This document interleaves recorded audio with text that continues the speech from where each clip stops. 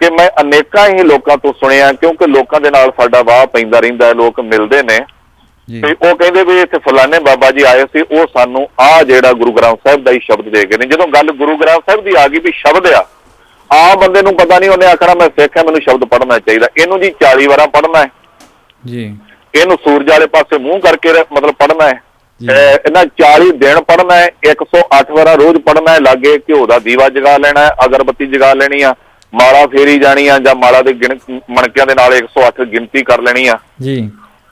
ਹੁਣ ਗੁਰੂ ਗ੍ਰੰਥ ਸਾਹਿਬ ਵਿੱਚ ਇਹੋ ਜਿਹਾ ਕੋਈ ਨਹੀਂ, ਸਾਰੇ ਸ਼ਬਦ ਹੀ ਗੁਰੂ ਗ੍ਰੰਥ ਸਾਹਿਬ ਦੇ ਚੰਗੇ ਨੇ, ਸਾਰੀ ਬਾਣੀ ਚੰਗੀ ਆ, ਸਾਰੀ ਬਾਣੀ ਤਾਰਨਹਾਰੀ ਆ, ਸਾਰੀ ਬਾਣੀ ਦੁੱਖਾਂ ਨੂੰ ਨਿਵਾਰਨ ਕਰਨ ਵਾਲੀ ਆ। ਆਪਾਂ ਇਹਦੇ ਬਾਰੇ ਇਸ ਤਰ੍ਹਾਂ ਕਹਾਂਗੇ ਕਿ ਜਿਸ ਤਰ੍ਹਾਂ ਖੰਡ ਦੀ ਬੋਰੀ ਭਰੀ ਹੁੰਦੀ ਆ, ਉਹਦੀ ਚੁਟਕੀ ਕਿਤੇ ਵੀ ਲੈ ਲਈਏ ਉਹ ਮਿੱਠੀ ਹੁੰਦੀ ਹੈ। ਬਾਣੀ ਤੇ ਸਾਰੀ ਹੀ ਇੱਕੋ ਜਿਹੀ ਹੈ, ਬਾਣੀ ਤੇ ਸਾਰੀ ਹੀ ਚੰਗੀ ਹੈ।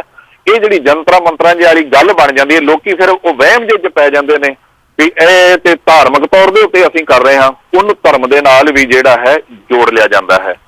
ਸੋ ਅਸੀਂ ਇਹ ਗੱਲ ਨਹੀਂ ਮੰਨ ਸਕਦੇ ਕਿ ਉਹ ਧਰਮ ਦੇ ਵਿੱਚੋਂ ਗੱਲਾਂ ਹੋਈਆਂ ਨੇ, ਬਾਕੀ ਦੂਸਰੇ ਧਰਮ ਇਹਨੂੰ ਆਪਣੇ ਨਾਲ ਜੋੜਦੇ ਆ ਤੇ ਉਹਦੇ 'ਚ ਸਾਡਾ ਲੈਣਾ ਦੇਣਾ ਵੀ ਕੁਝ ਨਹੀਂ। ਬਿਲਕੁਲ ਸਹੀ ਗੱਲ ਤੁਸੀਂ ਕੀਤੀ ਹਰਜਿੰਦਰ ਸਿੰਘ ਜੀ, ਬੜਾ ਇੱਕ ਵਧੀਆ ਕਨਸੈਪਟ ਤੁਸੀਂ ਸਾਡੇ ਸਰੋਤਿਆਂ ਦੇ ਸਾਹਮਣੇ ਰੱਖਿਆ। ਜੇ ਅਸੀਂ ਗੁਰਬਾਣੀ ਦੀ ਵਿਚਾਰ ਕਰੀਏ ਤੇ ਗੁਰੂ ਅੰਗਦ ਦੇਵ ਜੀ ਮਹਾਰਾਜ ਦਾ ਵੀ ਕਹਿਣਾ ਹੈ, ਸਿੱਖੀ ਕੀ ਹੈ? ਸਿੱਖੀ ਸਿੱਖਿਆ ਗੁਰ ਵਿਚਾਰ। ਸੋ ਇਸ ਪਰ ਤੁਸੀਂ ਤਰਨਤਾਰਨ ਪੱਟੀ ਸਾਈਡ ਨਾਲ ਸੰਬੰਧ ਰੱਖਦੇ ਹੋ, ਤੁਸੀਂ ਜਿਵੇਂ ਤੁਹਾਡੀ ਸੰਸਥਾ ਵੀ ਉਸ ਏਰੀਆ ਦੇ ਵਿੱਚ ਹੀ ਜ਼ਿਆਦਾ ਕੇਸਿਸ ਵਿੱਚ ਤੁਸੀਂ ਦੇਖੇ ਹੋਣਗੇ। ਸੋ ਤਰਨਤਾਰਨ ਪੱਟੀ ਵਾਲੇ ਖੇਤਰ ਵਿੱਚ ਇਹਨਾਂ ਜੋਤਸ਼ੀਆਂ ਵਗੈਰਾ ਦਾ ਕਿੰਨਾ ਕੁ ਪ੍ਰਭਾਵ ਹੈ? ਵੀਰ ਜੀ, ਜਿਸ ਤਰ੍ਹਾਂ ਮੇਰੇ ਵੀਰ ਜਸਵਿੰਦਰ ਸਿੰਘ ਜੀ ਨੇ ਕਿਹਾ ਸੀ, ਇਹ ਬਹੁਤ ਹੀ ਬੋਲਬਾਲਾ ਹੈ, ਹਰ ਜਗ੍ਹਾ ਤੇ ਆ, ਹਰ ਥਾਂ ਤੇ ਆ। ਖਾਸ ਕਰਕੇ ਮੈਂ ਇਹ ਮੰਨ ਲੈਂਦਾ ਵੀ ਸਾਡਾ ਇਹ ਬਾਰਡਰ ਦਾ ਇਲਾਕਾ, ਜਿਹੜਾ ਪੱਟੀ ਤਰਨਤਾਰਨ ਦਾ ਇਲਾਕਾ ਹੈ, ਬਾਰਡਰ ਦਾ ਇਲਾਕਾ, ਇੱਥੇ ਅਨਪੜ੍ਹਤਾ ਹੋਰ ਜ਼ਿਆਦੀ ਹੈ। ਔਰ ਇਸੇ ਖਿਆਲ ਨੂੰ ਲੈ ਕੇ ਅਸੀਂ ਭਾਈ ਲਾਲੋ ਸਮਾਜ ਸੇਵਾ ਸੰਸਥਾ ਰਜਿਸਟਰਡ ਪੱਟੀ ਜਿਹੜੀ ਉਹ ਹੋਂਦ ਵਿੱਚ ਲਿਆਂਦੀ, ਜਿਹਦੇ ਕਾਫੀ ਮਤਲਬ ਸੇਵਾ ਵਾਲੇ ਕੰਮ ਨੇ। ਜਿਸ ਤਰ੍ਹਾਂ ਤੁਸੀਂ ਦੱਸਿਆ ਸੀ ਵੀ ਹਰ ਸਾਲ ਆਪਾਂ ਗਰੀਬ ਬੱਚਿਆਂ ਦੇ, ਲੋੜਵੰਦ ਬੱਚਿਆਂ ਦੇ ਵਿਆਹ ਕਰਦੇ ਹਾਂ।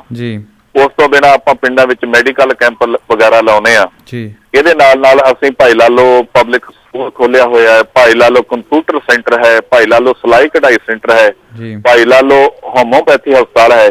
ਤੇ ਅਸੀਂ ਨਵਾਂ ਇੱਕ ਪ੍ਰੋਗਰਾਮ ਸ਼ੁਰੂ ਕੀਤਾ ਹੈ ਮੀਡੀਆ ਰਾਹੀਂ, ਜਿਹੜਾ ਮੀਡੀਆ ਸਾਨੂੰ ਬਹੁਤ ਹੀ ਮਦਦ ਦੇ ਰਿਹਾ ਹੈ। ਅਸੀਂ ਧੰਨਵਾਦ ਵੀ ਮੀਡੀਆ ਦਾ ਇਸ ਗੱਲੋਂ ਕਰਦੇ ਹਾਂ ਕਿ ਕਿਉਂਕਿ ਜਿਹੜੀ ਨਿਊ ਜਨਰੇਸ਼ਨ ਹੈ ਉਹ ਮੀਡੀਆ ਦੇ ਨਾਲ ਅਸੀਂ ਸਮਝਦੇ ਹਾਂ ਜ਼ਿਆਦਾ ਜੁੜੀ ਹੋਈ ਹੈ। ਤੇ ਪੰਜਾਬੀ ਫਿਲਮਾਂ, ਪਹਿਲੀ ਸਾਡੀ ਫਿਲਮ ਆਈ ਸੀ ਅਣਖ ਸਿੰਘਾਂ ਦੀ, ਜਿਹੜੀ ਬੀਬੀ ਸੁੰਦਰੀ ਦੇ ਉੱਤੇ ਆਧਾਰਿਤ ਸੀ। ਹੁਣ ਅਸੀਂ ਦੂਸਰੀ ਪਖੰਡੀ ਫਿਲਮ ਬਣਾਈ ਆ, ਪਖੰਡੀ ਬਾਬੇ। ਹਾਂਜੀ, ਇਹਦੇ ਬਾਰੇ ਕਾਫੀ ਸੁਣਿਆ ਜੀ। ਹਾਂਜੀ, ਪਖੰਡੀ ਬਾਬੇ ਇੱਥੇ ਤੁਹਾਡੇ ਅਮਰੀਕਾ ਦੇ ਵਿੱਚ ਵੀ ਬਹੁਤ ਸਾਰੇ ਗੁਰਦੁਆਰਿਆਂ ਵਿੱਚ ਦਿਖਾਈ ਵੀ ਗਈ ਹੈ, ਇਹਦੀਆਂ ਕਾਪੀਆਂ ਵੀ ਬਹੁਤ ਵੰਡੀਆਂ ਗਈਆਂ ਹਨ।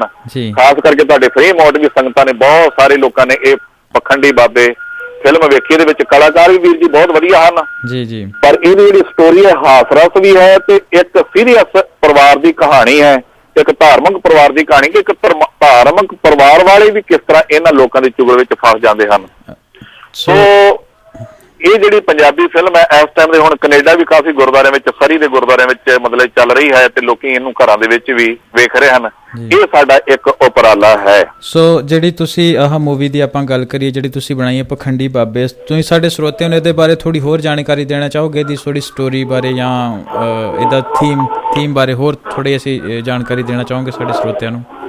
ਹਾਂ, ਮੈਂ ਵੀਰ ਜੀ ਸਾਰੇ ਸਰੋਤਿਆਂ ਕੋਲ ਤੇ ਖਾਸ ਕਰਕੇ ਜੇ ਗੁਰਦੁਆਰਾ ਪ੍ਰਬੰਧਕ ਕਮੇਟੀਆਂ ਵਾਲੇ ਸੱਜਣ ਇਹ ਮੇਰੇ ਬਚਨਾਂ ਨੂੰ ਸੁਣ ਰਹੇ ਹੋਣ, ਉਹਨਾਂ ਕੋਲ ਹੱਥ ਜੋੜ ਕੇ ਬੇਨਤੀ ਕਰੂੰਗਾ ਕਿ ਅੱਜ ਸਾਨੂੰ ਇਹੋ ਜਿਹੀਆਂ ਫਿਲਮਾਂ ਦੀ ਬੜੀ ਜ਼ਰੂਰਤ ਹੈ। ਸੱਭਿਆਚਾਰਕ ਨਾਂ ਦੇ ਬੜੀਆਂ ਫਿਲਮਾਂ ਬਣ ਚੁੱਕੀਆਂ ਨੇ, ਬਣ ਵੀ ਰਹੀਆਂ।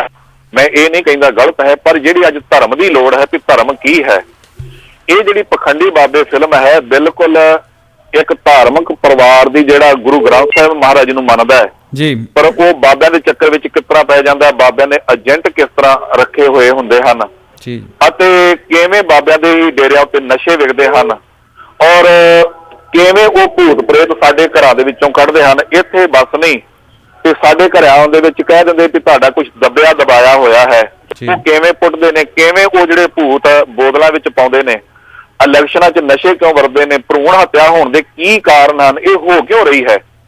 ਐਸੇ ਬਹੁਤ ਮੈਸੇਜ ਜਿਹੜੇ ਇਸ ਫਿਲਮ ਦੇ ਵਿੱਚ ਹਨ ਤੇ ਇਹ ਗੁਰਦੁਆਰਿਆਂ ਵਿੱਚ ਦਿਖਾਈ ਵੀ ਜਾ ਰਹੀ ਹੈ। ਤੇ ਜਿਨ੍ਹਾਂ ਵੀਰਾਂ ਨੂੰ ਅਜੇ ਇਸ ਫਿਲਮ ਬਾਰੇ ਨਹੀਂ ਪਤਾ, ਉਹਨਾਂ ਮੈਂ ਪ੍ਰਬੰਧਕਾਂ ਕੋਲ ਬੇਨਤੀ ਕਰਾਂ ਕਿ ਦਾਸ ਇਸ ਸਮੇਂ ਇੱਕ ਹਫ਼ਤਾ ਸਰੀ ਹੈ, ਉਸ ਤੋਂ ਬਾਅਦ ਦਾਸ ਨੇ ਟੋਰਾਂਟੋ ਚਲੇ ਜਾਣਾ ਤੇ ਦਾਸ ਨਾਲ ਕਨੈਕਟ ਕਰਕੇ ਤੁਸੀਂ ਇਹ ਮੂਵੀ ਮੇਰੇ ਤੋਂ ਮੁਫਤ ਵੀ ਮੰਗਾ ਸਕਦੇ ਹੋ, ਲੋਕਾਂ ਨੂੰ ਮੁਫਤ ਵੰਡ ਵੀ ਸਕਦੇ ਹੋ। ਇਹ ਇੱਕ ਆਪਣਾ ਪ੍ਰਚਾਰ ਦਾ ਵਸੀਲਾ ਹੋਏਗਾ।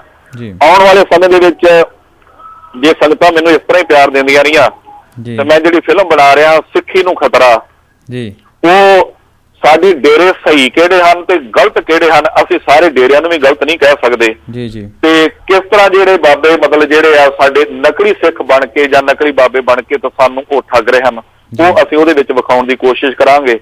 ਔਰ ਆਹ ਵੀ ਇੱਕ ਜਿਹੜਾ ਜਿਸ ਤਰ੍ਹਾਂ ਆਪਾਂ ਲੜਕੀਆਂ ਦੀਆਂ ਸ਼ਾਦੀਆਂ ਕਰਦੇ ਹਾਂ, ਕੁਝ ਲੋਕਾਂ ਨੇ ਇਹਨੂੰ ਵੀ ਇੱਕ ਸਟੰਟ ਬਣਾ ਕੇ ਲੋਕਾਂ ਨੂੰ ਕਿਸ ਤਰ੍ਹਾਂ ਠੱਗਿਆ, ਇਹਦੇ ਵਿੱਚ ਅਸੀਂ ਬਹੁਤ ਕੁਝ ਫਿਲਮ 'ਚ ਜਿਹੜਾ ਵਿਖਾਉਣ ਜਾ ਰਹੇ ਹਾਂ, ਜਿਹੜੀ ਸਾਡੀ ਉਮੀਦ ਹੈ ਕਿ ਨਵੰਬਰ ਦੇ ਵਿੱਚ ਇਹਦੀ ਸ਼ੂਟਿੰਗ ਜਿਹੜੀ ਸ਼ੁਰੂ ਹੋ ਜਾਏਗੀ। ਵੀਰ ਜੀ ਬਿਲਕੁਲ, ਤੁਸੀਂ ਇਹ ਤਾਂ ਗਾਗਰ ਵਿੱਚ ਸਾਗਰ ਵਾਲੀ ਗੱਲ ਹੋ ਗਈ। ਜਿੰਨੀਆਂ ਆਪਣੀਆਂ ਧਾਰਮਿਕ, ਰਾਜਨੀਤਿਕ ਜਾਂ ਸਮਾਜਿਕ ਸਮੱਸਿਆਵਾਂ ਹਨ ਉਹਦਾ ਤੁਸੀਂ ਜ਼ਿਕਰ ਕੀਤਾ ਆਪਣੀ ਇਸ ਮੂਵੀ ਦੇ ਵਿੱਚ। ਬਹੁਤ ਵੱਡਾ ਤੇ ਬਹੁਤ ਵਧੀਆ ਇੱਕ ਉਪਰਾਲਾ ਹੈ, ਐਫਰਟ ਹੈ। ਸੋ ਭਾਈ ਆਪਣਾ ਹੁਣ ਟਾਈਮ ਹੋ ਗਿਆ ਥੋੜ੍ਹੀ ਕਮਰਸ਼ੀਅਲ ਬ੍ਰੇਕ ਦਾ। ਸੋ ਅਸੀਂ 5 ਮਿੰਟ ਬਾਅਦ ਅਸੀਂ ਦੁਬਾਰਾ ਲਾਈਨ ਦੇ ਉੱਪਰ ਆਵਾਂਗੇ। ਸੋ ਕਨੈਕਟ ਰਹੋ। ਬੇ ਏਰੀਆ ਤੋਂ 24 ਘੰਟੇ ਚੱਲਣ ਵਾਲੇ ਤੁਹਾਡੇ ਆਪਣੇ ਪੰਜਾਬੀ ਰੇਡੀਓ ਤੇ ਹਰ ਰੋਜ਼ ਸਰਵਣ ਕਰੋ ਸਰਬ ਸਾਂਝੀ ਗੁਰਬਾਣੀ, ਮਨੋਰੰਜਨ ਪ੍ਰੋਗਰਾਮ, ਟਾਕ ਸ਼ੋ ਜਿਹਦੇ ਵਿੱਚ ਪੱਖ ਦੇ ਕੌਮੀ ਮਸਲੇ, ਸਿਹਤ ਅਤੇ ਕਾਨੂੰਨੀ ਜਾਣਕਾਰੀ, ਐਜੂਕੇਸ਼ਨ, ਕਾਉਂਸਲਿੰਗ, ਬੱਚਿਆਂ ਅਤੇ ਬਜ਼ੁਰਗਾਂ ਦੇ ਪ੍ਰੋਗਰਾਮ ਪੰਜਾਬੀ ਰੇਡੀਓ ਤੇ। ਹਾਂਜੀ, ਪੰਜਾਬੀਆਂ ਦਾ ਆਪਣਾ ਪੰਜਾਬੀ ਰੇਡੀਓ। ਹੋਰ ਜਾਣਕਾਰੀ ਅਤੇ ਐਡਵਰਟਾਈਜ਼ਮੈਂਟ ਲਈ ਅੱਜ ਹੀ ਕਾਲ ਕਰੋ 408 272 5200। ਦੁਨੀਆ ਦੇ ਕਿਸੇ ਵੀ ਕੋਨੇ ਵਿੱਚ ਇੰਟਰਨੈਟ ਤੇ ਸੁਣ ਸਕਦੇ ਹੋ www.punjabiradiousa.com।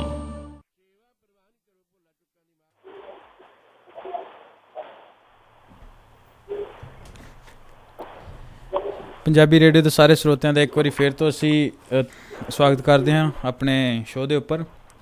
ਅੱਜ ਦਾ ਜੋ ਸਾਡਾ ਸ਼ੋਅ ਹੈ ਹਫ਼ਤਾਵਾਰ ਸ਼ੋਅ ਹੈ, ਜਿਸ ਦੇ ਵਿੱਚ ਅਸੀਂ ਡਿਸਕਸ ਕਰਦੇ ਹਾਂ ਜੋ ਅਸੀਂ ਅਖਬਾਰਾਂ ਵਿੱਚ ਆਮ ਤੌਰ 'ਤੇ ਐਡਵਰਟੀਜ਼ਮੈਂਟ ਦੇਖਦੇ ਹਾਂ।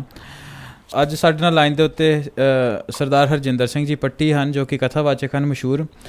ਉਹਨਾਂ ਨਾਲ ਅਸੀਂ ਡਿਸਕਸ ਕਰ ਰਹੇ ਹਾਂ ਸਾਰੇ ਕੇਸ ਨੂੰ। ਅਤੇ ਹਰਜਿੰਦਰ ਸਿੰਘ ਜੀ, ਤੁਹਾਡੇ ਨਾਲ ਮੈਂ ਇੱਕ ਚੀਜ਼ ਹੋਰ ਸਾਂਝੀ ਕਰਨੀ ਚਾਹਾਂਗਾ।